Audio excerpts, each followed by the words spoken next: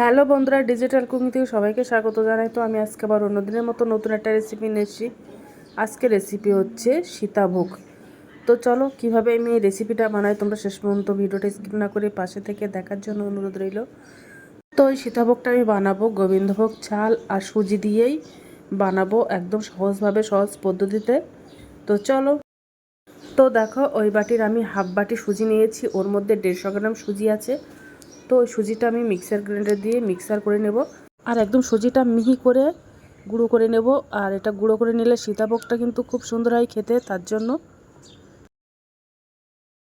তো দেখো, সুজিটা একদম মিহি করে গুঁড়ো করে নিয়েছি। এবার আমি একটা বাটিতে এই সুজিটা ঢেলে নেব। আর আমি দেখো 150 গ্রাম গোবিন্দভোগ চাল নিয়েছি, আগের থেকে পরিষ্কার করে চালটা ধুয়ে শুকিয়ে রেখেছিলাম। তো ওটা মিক্সার গ্রাইন্ডারে দিয়ে দেবো, দিয়ে মিক্সার করে নেব। তো এবার একটা গামলা বাটি নিয়ে নিয়েছি আর একটা চালুনি নিয়ে নিয়েছি। তো দেখো সুজিটা এই চালুনি দিয়ে চেলে নেবো ভালো করে।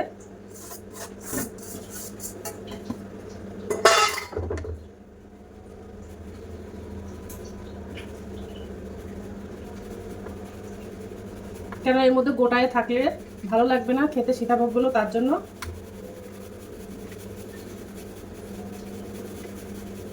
তো দেখো এই গোটা সুজিগুলো বেরিয়েছে। আর গোবিন্দভোগ চালটা গুঁড়ো করে নিয়েছিলাম, ওটাও নিয়ে নেব, নিয়ে চেলে নেব।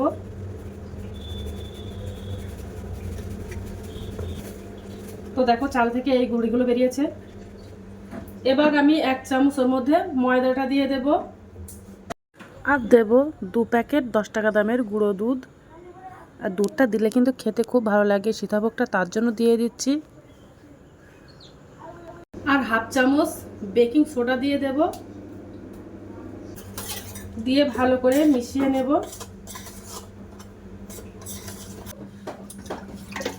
তো মেশানো হয়ে গেছে, এবার আমি অল্প করে জল দেব, জল দিয়ে ভালো করে মিশিয়ে নেব।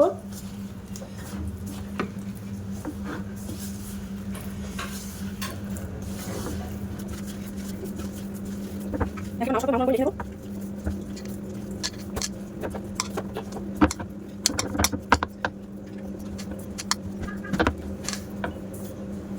ডোটা 10 মিনিটের জন্য রেস্টে রেখে দেব।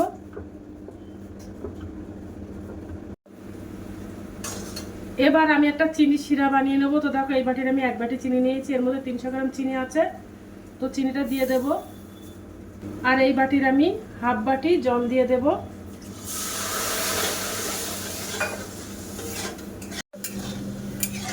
চিনিটা ভালো করে গলিয়ে নেব।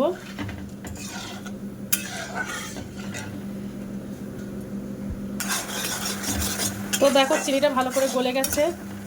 এবার আমি গ্যাসটা অফ করে দেবো। চিনি শিরাটা বানানো হয়ে গেছে, একেবারে খুব চটচটি বানাইনি, তো হালকা করে চিনি শিরা বানিয়ে নিয়েছি। তো আমি এবার সীতাভোগগুলো সব বানিয়ে নেব। তো উনানে একটা কড়াই দিয়েছি, ওর মধ্যে কিছুটা তেল দিয়েছি, তেলটা গরম হয়ে গেছে। আর দেখো আমি একটা গ্রেটার নিয়েছি, এই দিয়ে কিন্তু আমি সীতাভোগটা বানাবো। তো দেখো তেলটা গরম হয়ে গেছে, আর দেখো আমি একটা ছোট্ট ডো নিয়ে নিয়েছি, আর এর উপরে উল্টো সাইডটা দিয়ে গ্রেটার দিয়ে দিয়ে দেবো, দিয়ে এইভাবে চেপে চেপে, খুব চেপে চেপে, গ্যাসটা একদম লো করে দিয়েছি, আর এর উল্টো সাইড দিয়ে এভাবে হাত দিয়ে দিয়ে চেপে চেপে দেব। বেশ ভালো করে চেপে চেপে দেব, তা নাহলে এটা ভালো হবে না।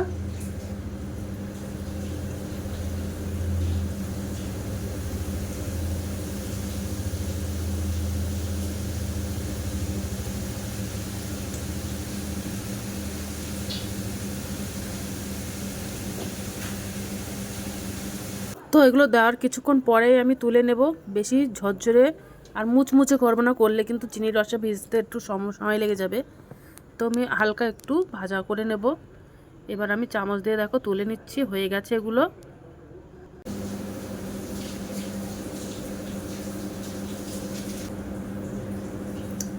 আর এইভাবে চেপে চেপে দেবো, তা নাহলে ভালো হবে না গ্রেটার দিয়ে।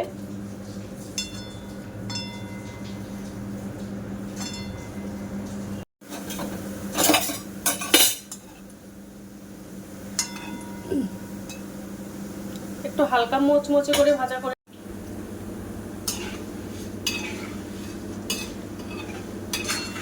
এগুলো হয়ে গেছে, এবার তুলে নিচ্ছি। তো দেখো বাদ বাকিগুলো আমি এইভাবে বানিয়ে নেব। তো দেখো সীতাভোগগুলো সব বানানো কমপ্লিট হয়ে গেছে, আর কত সুন্দর হয়েছে দেখতে। এবার আমি সীতাভোগগুলো চিনি শিরায় ভেজাতে দেব। তো দেখো চিনি শিরাটা বানানো কমপ্লিট হয়ে গেছে। এবার আমি এই সীতাভোগগুলো চিনির শিরার মধ্যে দিয়ে দেব।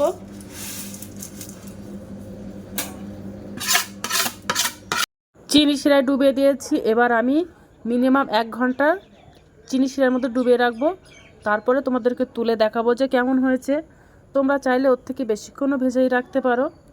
তো আমি 1 ঘন্টা মতো ভিজিয়ে রাখবো। তো দেখো আমি চেরি ফল দিয়ে ডেকোরেশন করেছি। তোমরা চাইলে যে কোনো মিষ্টি দিয়ে ডেকোরেশনটা করতে পারো। তো আজকের দিনের মতো ভিডিওটা এখানে শেষ করছি।